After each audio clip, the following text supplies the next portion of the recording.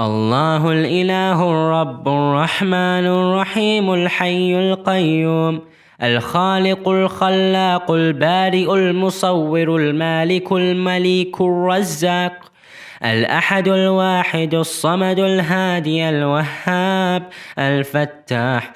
The summary of the fiqh of Allah's perfect names. Al-Ilah.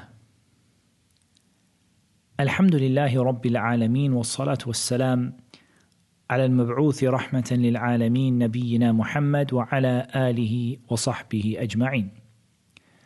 So this is our second summary of one of the names, the beautiful and perfect names of Allah Azza wa Jal. And we've come to the name Al-Ilah. The Sheikh Abdul Razak al-Badr, in his own summary, didn't mention anything further about the name Ilah or Al-Ilah.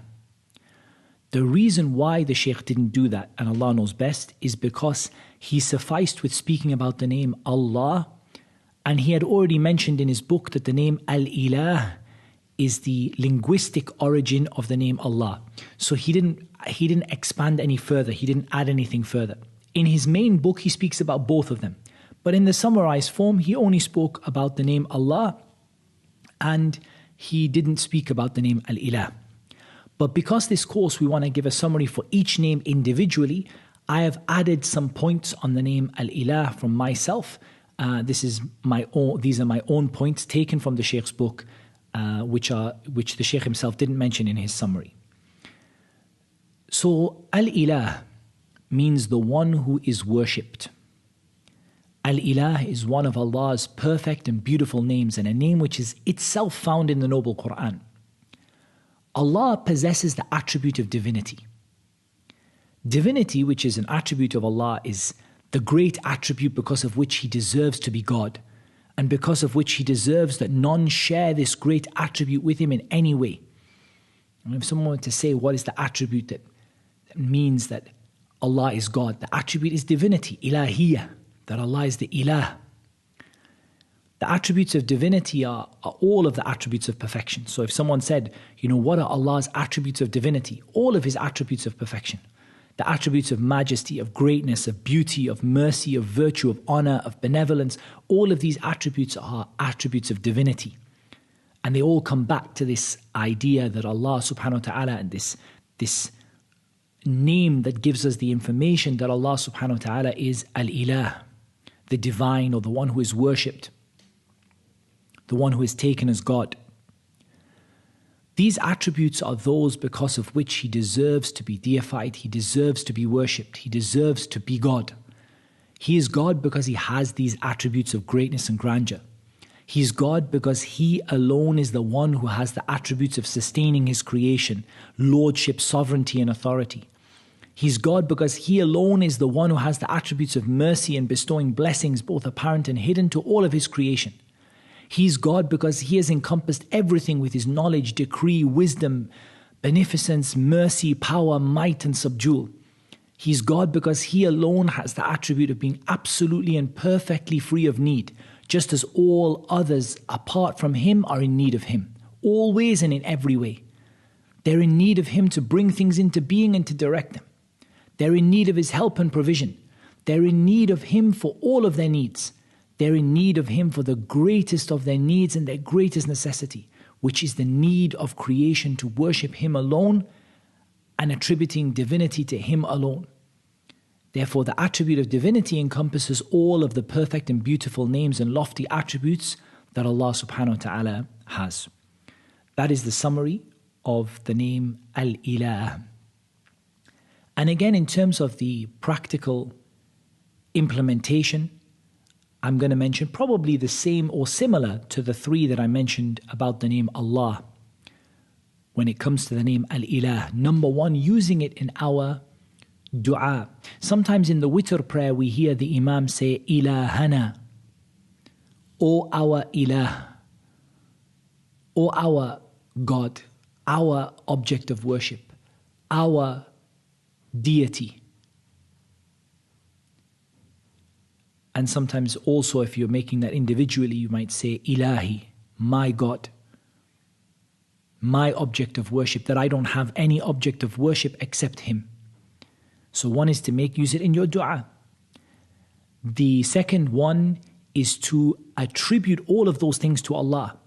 That Allah is the one that sustains, He's the Lord, the Sovereign, He has ultimate authority, He's the one who has mercy, He bestows blessings, He has knowledge, infinite knowledge, perfect decree, perfect wisdom, perfect beneficence and mercy, power, perfect might, perfect subjugation of His creation, all of these things, to affirm all of these things for Allah.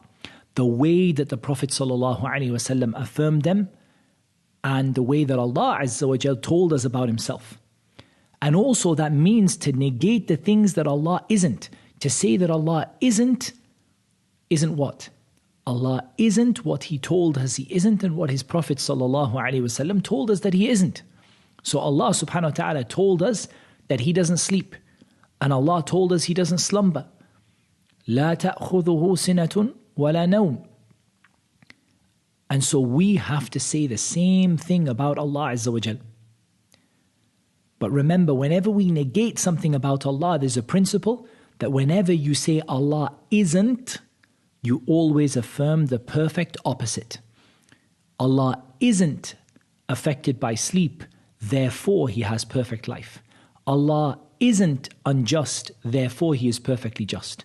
Allah isn't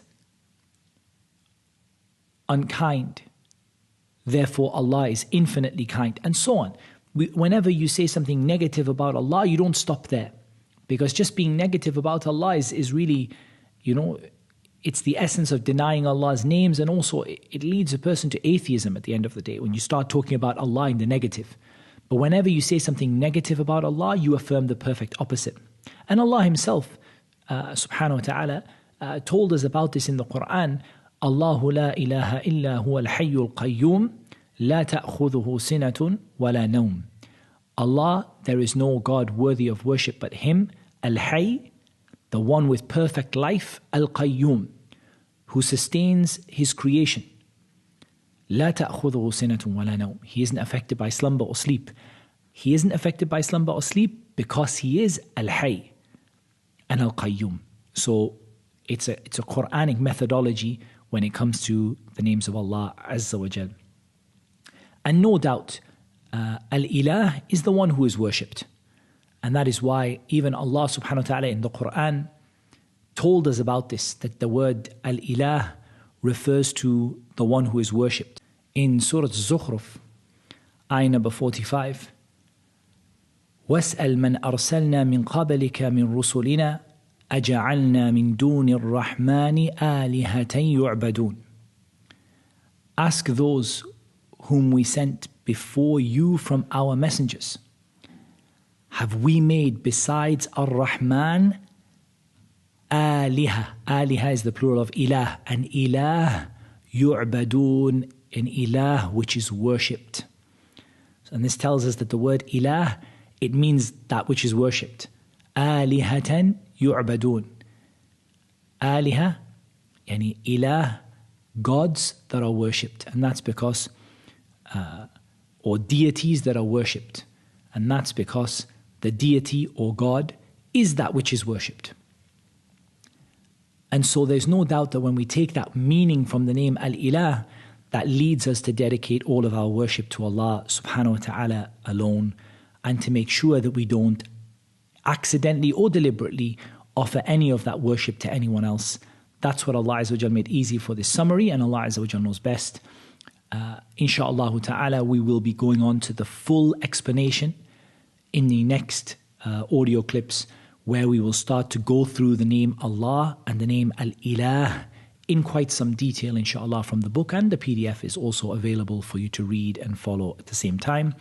And Allah Azza wa Jal knows best. Wa salatu wa salam ala nabiyyina Muhammad wa ala alihi wa sahbihi ajma'in.